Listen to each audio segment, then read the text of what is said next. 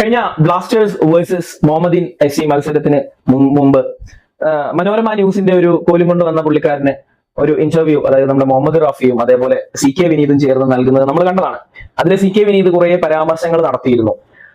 നമുക്ക് അതേ പറ്റിയിട്ടൊക്കെ ഒന്ന് ഡിസ്കസ് ചെയ്യാം. അപ്പൊ അതിൽ ആദ്യത്തെ തന്നെ നമുക്ക് എടുത്തു പറയേണ്ട കാര്യം എന്ന് പറയുന്നത്, CK ആയാലും അതേപോലെ റാഫി ആയാലും പറയുന്ന ഒരു കാര്യമുണ്ട്. കളി തോൽക്കുമ്പോൾ ഗ്യാലറിയിൽ ആള് കുറയുകയും അതേപോലെ കളി ജയിക്കുമ്പോൾ ആള് കയറുകയും ചെയ്യുന്ന ഒരു കൾച്ചർ കൊച്ചി സ്റ്റേഡിയത്തിനുണ്ട് എന്നുള്ളത് പറയുന്നുണ്ട്. അത് സത്യമാണ്. പക്ഷെ ഇവരിപ്പോഴും അവിടെ കിടക്കുന്നേ ഉള്ളോ എന്നുള്ളതാണ് എന്റെ ഒരു സംശയം. അതായത് CKയും അതേപോലെ റാഫിക്കയും ഇപ്പോഴും അവർ അവിടെ കിടക്കുന്നേ ഉള്ളൂ, ആ ഒരു കാലഘട്ടത്തിൽ കിടക്കുന്നേ ഉള്ളൂ എന്നുള്ളതാണ്. ഒരുപക്ഷെ മഞ്ഞപ്പടയൊക്കെ ഈ ഒരു സ്റ്റേജ് എന്നേ വിട്ട കാര്യമാണ്. മഞ്ഞപ്പട ആയാലും ബ്ലാസ്റ്റേഴ്സ് ആർമി ആയാലും ഒക്കെ ഈ സ്റ്റേജൊക്കെ എന്നോ വിട്ടതാണ്. ശരിക്കും പറഞ്ഞാല് കൊച്ചി സ്റ്റേഡിയത്തിൽ അങ്ങനെ ഒരു കൾച്ചർ ഉണ്ട്. സോ അവര് എന്ന് പറയുന്നത്, അവര് ഏതും ഒരു അങ്ങനെയുള്ള ആളുകൾ എന്ന് പറയുന്നത് ബ്ലാസ്റ്റേഴ്സിന്റെ ആരാധകർ തന്നെയാണ്. അതിൽ യാതൊരു സംശയവുമില്ല. ആരാധകരായതുകൊണ്ടാണല്ലോ അവര് ജയിക്കുമ്പോഴാണെങ്കിൽ അവർ കളി കാണാൻ വരുന്നത് അതുകൊണ്ടാണല്ലോ. അപ്പോൾ കളി മോശമാകുമ്പോഴത്തേക്ക് അവര് പതിയെ വീട്ടിലേക്ക് തന്നെ ഒതുങ്ങുന്നു, TVയിലേക്ക് തന്നെ ഒതുങ്ങുന്നു എന്നുള്ളതാണ് അതിന്റെ ഒരു സത്യം. അപ്പോ അവര് പക്ഷെ ഒരു ഫാൻസ് വിങ്ങിൽപ്പെട്ടവരോ അല്ലെങ്കിൽ ഒരു ബ്ലാസ്റ്റേഴ്സ് ആർമിയുടെ ഭാഗമോ അല്ലെങ്കിൽ മഞ്ഞപ്പടയുടെ ഭാഗമോ ബ്ലാസ്റ്റേഴ്സ് കോർണറിന്റെ ഭാഗമോ അങ്ങനെയൊന്നും അല്ല. അവര് ഇൻഡിവിജ്വൽ, അവർ ഫാമിലി ആയിട്ടോ അല്ലെങ്കിൽ ഫ്രണ്ട്സ് ആയിട്ടോ ഒക്കെ വന്നു സമാധാനപരമായിട്ട് വന്നിരുന്ന് കളി കണ്ടിട്ട് പോകുന്ന, അല്ലെങ്കിൽ ഗോൾ അടിക്കുമ്പോൾ മാത്രം സെലിബ്രേറ്റ് ചെയ്യുന്ന അങ്ങനെയൊക്കെയുള്ള ചില ഫാൻസ് ആണ്. അവർ വന്ന് കളി കാണുന്നു പോകുന്നു എന്നുള്ള ഒരു പർപ്പസ് ആണ് അവർ ഉദ്ദേശിക്കുന്നത്. അപ്പൊ അങ്ങനെയുള്ള ഫാൻസിനെ നമുക്ക് മാക്സിമം അവരെ ബോധേഡാക്കുക, അല്ലെങ്കിൽ അവരെ മാക്സിമം അവരോട് കാര്യങ്ങൾ പറഞ്ഞ് മനസ്സിലാക്കുക എന്നുള്ളതല്ലാതെ അവരോട് കർശനമായും വന്നേ പറ്റൂ, ലോയലിറ്റി വേണം എന്നൊക്കെ പറഞ്ഞ് ചെല്ലുക എന്ന് പറയുന്നത് വളരെ പാടേറിയ ഒരു കാര്യമാണ്. അപ്പോ ആ ഒരു സംഭവം മാറുന്നതിന് വേണ്ടിയിട്ട് ഇപ്പൊ ബ്ലാസ്റ്റേഴ്സ് ആർമി ആണെങ്കിലും മഞ്ഞപ്പടയൊക്കെ ആണെങ്കിലും ഒരുപാട് വർക്ക് ചെയ്തിട്ടുണ്ട്, ഒരുപാട് പണിയെടുത്തിട്ടുണ്ട് എന്നുള്ളതാണ് ഒരു സത്യം. പക്ഷെ ഇവരുടെ സംസാരത്തിൽ നിന്ന് മനസ്സിലാവുന്നത് മഞ്ഞപ്പട അല്ലെങ്കിൽ മറ്റ് ഫാൻസ് വിങ്ങുകൾ പോലും അങ്ങനെ തന്നെ ആണ് എന്നുള്ള രീതിയിലാണ് ഇവരുടെ സംസാരം പോകുന്നത്. അപ്പൊ അവരിപ്പോഴും അങ്ങനെയാണ് ധരിച്ചു വെച്ചിരിക്കുന്നത്. കാരണം അവരെയും കുറ്റം വന്നിട്ട് കാര്യമില്ല, അവർക്ക് അറിയാവുന്ന കാര്യങ്ങൾ പറയാൻ പറ്റും. അവര് ഇപ്പം കൊച്ചിയിൽ ആ ഗ്യാലറിയിലേക്ക് വരുന്നത് എപ്പോഴാണ്? ഈ ഇടയ്ക്കാണ് വരുന്നത്. അവര് ഗ്രൗണ്ടിൽ കളിച്ചിട്ടുണ്ടാവും മഞ്ഞപ്പടയുടെ മുന്നിൽ, അല്ലെങ്കിൽ അവർ VIP സ്റ്റാൻഡിൽ വന്ന് കളി കണ്ടിട്ട് പോയിട്ടുണ്ടാവും. അപ്പൊ ശരിക്കും പറഞ്ഞാല് മഞ്ഞപ്പട സ്റ്റാൻഡിൽ എന്താ നടക്കുന്നതെന്ന് ഇതുവരെ ഇവര് എക്സ്പീരിയൻസ് ചെയ്തിട്ടില്ല എന്നുള്ളതാണ് സത്യം. ഗ്രൗണ്ടിൽ അവർ എക്സ്പീരിയൻസ് ചെയ്തിട്ടുണ്ടാവും, ഈ സ്റ്റാൻഡിൽ വന്നിരുന്ന അവർ എക്സ്പീരിയൻസ് ചെയ്തിട്ടില്ല. ഇപ്പൊ അവര് വന്ന സമയത്തൊന്നും മഞ്ഞപ്പട ഇല്ലല്ലോ, മഞ്ഞപ്പട ബോയ്ക്കോട്ടിലാണ്. അപ്പൊ അവര് വന്ന് എന്തൊക്കെയോ കാണിക്കുന്നു, പക്ഷെ ഇതൊന്നും അല്ല അവിടെ നടന്നുകൊണ്ടിരിക്കുന്നത്. അത് വേറൊരു അറ്റ്മോസ്ഫിയർ ആണ് മഞ്ഞപ്പടയുള്ള സമയത്ത് ആ ഗ്യാലറിയിൽ നടക്കുന്നത്. ഭയങ്കര ഒരു സംഭവം തന്നെയാണ്. അപ്പോ നമ്മൾ അവരത് മനസ്സിലാക്കുന്നില്ല. അവര് പറയുന്നത്, CK പറയുന്നുണ്ട് ഞാനിവിടെ 2500 പേരുടെ മുന്നിൽ കളിച്ചിട്ടുണ്ടെന്ന്. ശരിയാണ്. അപ്പൊ CK തന്നെ ഒന്ന് ആലോചിച്ച് നോക്കാം, ഈ 2500 പേര് എവിടെ ആയിരിക്കും ഇരുന്നിട്ടുണ്ട്? അഫ്കോഴ്സ് ഈസ്റ്റ് ഗ്യാലറിയിൽ തന്നെയാണ്.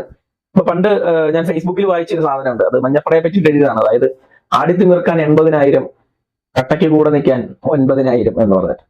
അതായത് ആ ആളുകൾ അവിടെ ഉണ്ട്. ഈസ്റ്റ് ഗ്യാലറിയിൽ വരാറുള്ള, മഞ്ഞപ്പട സ്റ്റാൻഡിൽ വരാറുള്ള ആളുകൾ അവർ സ്ഥിരമായി വരും. നിങ്ങളിനി എത്ര തോറ്റാലും, ബ്ലാസ്റ്റേഴ്സ് എത്ര തോറ്റാലും ജയിച്ചാലും ഒക്കെ അവർ വരും. അവർ കഴിഞ്ഞ 11 വർഷവും അങ്ങനെ തന്നെയായിരുന്നു. 11 വർഷം എന്ന് മാത്രമല്ല, ഈ വർഷവും അങ്ങനെ തന്നെയായിരുന്നു. മാനേജ്മെന്റിന്റെ പിടിപ്പ് കേട് കൊണ്ട് ഇനി നമ്മൾ ഇങ്ങനെ ഇരുന്നാൽ പറ്റില്ല, നമ്മൾ പല രീതിയിൽ പ്രൊട്ടസ്റ്റ് ചെയ്തു, ഒന്നും മാനേജ്മെന്റിന് ഏൽക്കുന്നില്ല. ഇപ്പൊ നമ്മൾ ബോയ്ക്കോട്ട് പ്രഖ്യാപിക്കുന്നു. ബോയ്ക്കോട്ട് പ്രഖ്യാപിച്ചപ്പോ അവിടെ നമ്മുടെ മാനേജ്മെന്റിനെ ഇളക്കം തട്ടി, അവരുടെ സ്പോൺസേഴ്സ് അടയുന്നു, സ്പോൺസേഴ്സ് ഇട്ടിട്ട് പോകുന്നു, അങ്ങനെയുള്ള സിറ്റുവേഷൻസ് വരുന്നു. ടീം റെലഗേഷനിലേക്ക് പോകാനുള്ള ഒരു വക്കിലൂടെ എത്തി നിൽക്കുകയാണ് ആ സമയത്ത്. അപ്പൊ ശരിക്കും മാനേജ്മെന്റ് പെട്ടു. റെലഗേറ്റ് കൂടി ആവുകയാണെങ്കിൽ പെടും. അപ്പോ മാനേജ്മെന്റിനെ സംബന്ധിച്ചിട്ട് അവർക്ക് അവർക്ക് സ്പോൺസേഴ്സ് ആണ് പ്രധാനം. അവർക്ക് സ്പോൺസേഴ്സിനെ കിട്ടണം എന്നുള്ളത് ഭയങ്കരമായിട്ട് ഫോക്കസ് ചെയ്യുന്ന ഒരു മാനേജ്മെന്റ് ആണ് നമുക്കുള്ളത്. അപ്പോ അവര് നോക്കുമ്പോൾ മഞ്ഞപ്പട ഇല്ല, അപ്പോ കളി കാണാൻ ആളുകളില്ല. പെട്ടെന്ന് സ്പോൺസേഴ്സ് ഒക്കെ വലിഞ്ഞപ്പോൾ ഇവര് പെട്ടെന്ന് പുതിയ പുതിയ സ്ട്രാറ്റജി കൊണ്ടുവരുന്നു, പ്ലാൻസ് കൊണ്ടുവരുന്നു, ഫ്രീ ടിക്കറ്റുകൾ കൊടുക്കുന്നു, ബസ്സിൽ ആളെ ഇറക്കുന്നു. അങ്ങനെ ഗ്യാലറി എങ്ങനെയെങ്കിലും ഫില്ല് ചെയ്യണം ഇവർക്ക്. റോഡിൽ കൂടെ പോകുന്നവരെ വരെ വിളിച്ച് ഗ്യാലറിയിൽ ഇരുത്തുന്നു. അങ്ങനെയുള്ള കുറെ പരിപാടികൾ ഞാൻ ഒന്ന് ഗ്യാലറിയിൽ ഇരുന്നപ്പോൾ കണ്ടതാണ്, ഞാൻ എക്സ്പീരിയൻസ് ചെയ്തതാണ്. എന്റെ തൊട്ടപ്പുറത്തേക്ക് ഇരിക്കുന്ന കുറെ ആളുകൾക്ക് വന്നിട്ട് ഇത് എന്ത് കളിയാ എന്ന് വെച്ചാൽ, ഫുട്ബോൾ ആണെന്ന് അവർക്ക് അറിയാം, ISL ആണെന്ന് പോലും അറിയില്ല, കേരളമാണോ കളിക്കുന്നത്, ഇതിൽ ഏത് കളറാ കേരളം എന്നൊക്കെ ചോദിക്കുന്ന കുറെ ആളുകൾ ഈസ്റ്റ് ഗ്യാലറിയിൽ വന്നിരിക്കുന്നു. അപ്പൊ എനിക്ക് അത്ഭുതം തോന്നി, ഇവരൊക്കെ എന്താ ഇങ്ങനെ സംസാരിക്കുന്നത്? കുറെ ആളുകൾ അങ്ങനെയൊക്കെ വന്നിരിക്കുന്നു. വന്നിട്ട് അവര് ഞാൻ പോവാണ്, എനിക്ക് വയ്യാന്നൊക്കെ പറഞ്ഞിട്ട് ഹാഫ് ടൈമിന് മുമ്പേ ഒക്കെ ഇറങ്ങി പോകുന്നു. ഞാൻ ആലോചിച്ചു, ഇവരൊക്കെ എങ്ങനെ, ഇവരെന്താ അപ്പം വെറുതെ 200 ടിക്കറ്റ് കൊടുത്തിട്ട് വെറുതെ വന്ന് കയറി 10 മിനിറ്റ് ഇരുന്നിട്ട് എന്താ ഇവര് പോകുന്നത് എന്നൊക്കെ ഞാൻ ചിന്തിച്ചു. പിന്നീടാണ് മത്സരത്തിന് ശേഷമാണ് നമ്മൾ അറിയുന്നത് ഫ്രീ ടിക്കറ്റിന്റെ കേസും അതേപോലെ ബസ്സിൽ ആളെ കൊണ്ടുവന്ന കേസും ഒക്കെ നമ്മൾ അറിയുന്നത്. അപ്പം ഈ ആളിനെ കാണിച്ചിട്ട് സ്പോൺസേഴ്സിനെ പിടിക്കണവർക്ക്, അതാണ് ഈ മാനേജ്മെന്റിന്റെ മെയിൻ ഉദ്ദേശം. അപ്പൊ ഈ ഒരു കാര്യങ്ങൾ അവിടെ നിൽക്കട്ടെ. പിന്നീട് CK ഉന്നയിച്ച വലിയൊരു കാര്യമാണ് മഞ്ഞപ്പടയെ പറ്റിയിട്ട്. ഈ ഫാൻസ് വിങ്ങുകളെ നിയന്ത്രിക്കുന്നത് ആരാണ്, ഇതിന്റെ തലപ്പത്ത് ആരാണ്, ഇതിന്റെ മുകളിൽ ആരാണ്, ആരെങ്കിലും ഉണ്ടോ, നിങ്ങൾക്കറിയാമോ എന്ന് മനോരമയോട് ചോദിച്ചപ്പോൾ മനോരമയുടെ കോലി പിടിച്ച അവതാരക പറയുകയാണ്, കോലി പിടിച്ചുകൊണ്ടാണ് റിപ്പോർട്ടർ പറയുകയാണ്, അറിയില്ല, അറിയില്ല, അവനറിയില്ല, അല്ലെങ്കിലും അവനറിയില്ല, അതേ പറ്റിയിട്ട് യാതൊരു ഐഡിയ ഇല്ല. നിങ്ങൾ ബ്ലാസ്റ്റേഴ്സ് കളിക്കുന്ന ഒരു പ്ലെയറിന്റെ പേര് ചോദിച്ചാൽ പോലും ആ പുള്ളിക്ക് അറിയത്തില്ല എനിക്ക്. നെഗറ്റീവ്സും കാര്യങ്ങളും വരുമ്പോൾ മാത്രം കോലും പൊക്കി എടുത്തുകൊണ്ട് വരുന്നവരാണ് നമ്മുടെ നാട്ടിലെ മുൻനിര മാധ്യമങ്ങൾ. അല്ലാതെ ഇന്ത്യൻ ഫുട്ബോളിന് വേണ്ടിയിട്ട് യാതൊരു കോൺട്രിബ്യൂഷൻ ഇന്നേ വരെ അവർ നടത്തിയിട്ടില്ല. അപ്പൊ അവരുടെ അടുത്ത് ചോദിച്ചാൽ അവർക്ക് അറിയില്ല, അതായത് കുറ്റം പറഞ്ഞിട്ട് കാര്യമില്ല.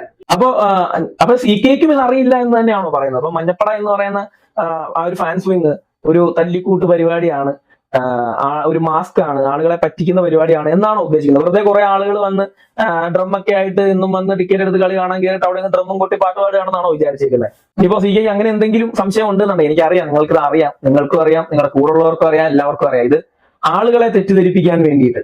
ഇപ്പൊ മഞ്ഞപ്പട എന്താണെന്നോ അല്ലെങ്കിൽ മഞ്ഞപ്പടയുടെ മുകളിൽ ആരാണെന്നോ ഒക്കെ അറിയാത്ത ചില ആളുകൾ ഉണ്ടാവും, ഒരുപാട് ആളുകൾ ഉണ്ടാവും. അവരെയൊക്കെ തെറ്റിദ്ധരിപ്പിക്കാൻ വേണ്ടിയിട്ടും അവരെ വേറൊരു രീതിയിലൂടെ ബോധവൽക്കരിക്കാൻ വേണ്ടിയിട്ടും നിങ്ങൾ ചെയ്ത ഒരു ബൈറ്റ് ആണതെന്നാണ് എനിക്കറിയാം, എനിക്ക് മനസ്സിലാവുന്നത്. കാരണം CK വിനീതിന് മഞ്ഞപ്പടയെ പറ്റി അറിയില്ല എന്ന് പറഞ്ഞു കഴിഞ്ഞാൽ അതിൽ പരം ഒരു എന്താ പറയുക, ഒരു അത്ഭുതം വേറെ ഇല്ല. കാരണം നിങ്ങൾ ഫുട്ബോൾ കളിച്ച് ഇന്ത്യ കുറെ കണ്ട ആളല്ലേ. അപ്പൊ ഒരു ഫാൻസ് വിങ് എന്ന് പറയുമ്പോഴത്തേക്ക് ചുമ്മാതെ ഒന്നുമില്ലാതെ വെറുതെ വന്ന് കയറി നിൽക്കുന്ന ഒരു ഫേക്ക് ഐഡന്റിറ്റി ആണെന്ന് നിങ്ങൾക്ക് എങ്ങനെയാണ് പറയാൻ പറ്റുന്നത്? ഇനിയിപ്പോ നിങ്ങൾക്ക് അറിയത്തില്ലെങ്കിൽ ഞാൻ പറയാം, ഈ പോസ്റ്ററിൽ കാണുന്നത് മഞ്ഞപ്പടയുടെ 2025-26 വർക്കിംഗ് കമ്മിറ്റിയാണ്. മഞ്ഞപ്പടയുടെ president Vishnu, secretary Sijoy Pallan, treasurer Nived Valsan, അങ്ങനെ താഴോട്ട് ഓരോ വിങ്ങിന്റെയും, അതായത് ഓരോ ഡിസ്ട്രിക്റ്റിന്റെ പ്രതിനിധികളുണ്ട്, അങ്ങനെ പല കമ്മിറ്റിയുടെ പ്രതിനിധികളുണ്ട്. നല്ല മഞ്ഞപ്പട എന്ന് പറയുന്നത് ഒരു വെൽ രജിസ്റ്റേർഡ് ഓർഗനൈസേഷൻ ആണ്. അതായത് എന്താ പറയാ, കൃത്യമായ ഓഡിറ്റിങ്ങും കൃത്യമായ അക്കൗണ്ട്സും കാര്യങ്ങളും എല്ലാം കൈകാര്യം ചെയ്യുന്ന ഒരു ഫാൻസ് വിങ് ആണ് മഞ്ഞപ്പട എന്ന് പറയുന്നത്. അതും എല്ലാ വർഷവും ഇതിന്റെ ഭാരവാഹികൾ ഇങ്ങനെ മാറിക്കൊണ്ടിരിക്കും. ഈ പറയുന്ന ഇപ്പോൾ നമ്മൾ ഈ കാണിച്ചിരിക്കുന്ന പോസ്റ്ററിലുള്ള ഇവരുടെ മാത്രം അണ്ടറിലല്ല മഞ്ഞപ്പട പൊക്കോണ്ടിരിക്കുന്നത്. അപ്പോൾ നമ്മുടെ കാര്യങ്ങളെ പെട്ടെന്ന് തീരുമാനിക്കാനും ഒക്കെ ആയിട്ടുള്ള ഒരു മീറ്റിംഗ് ഗ്രൂപ്പ്, അതായത് ഒരു ജനറൽ ബോഡിയാണ് ഇവര്. അപ്പോൾ ഫാൻസിന്റെ കാര്യങ്ങൾ കേൾക്കാനും ഫാൻസ് തന്നെയാണ് മഞ്ഞപ്പടയുടെ മുകളിലുള്ളത്.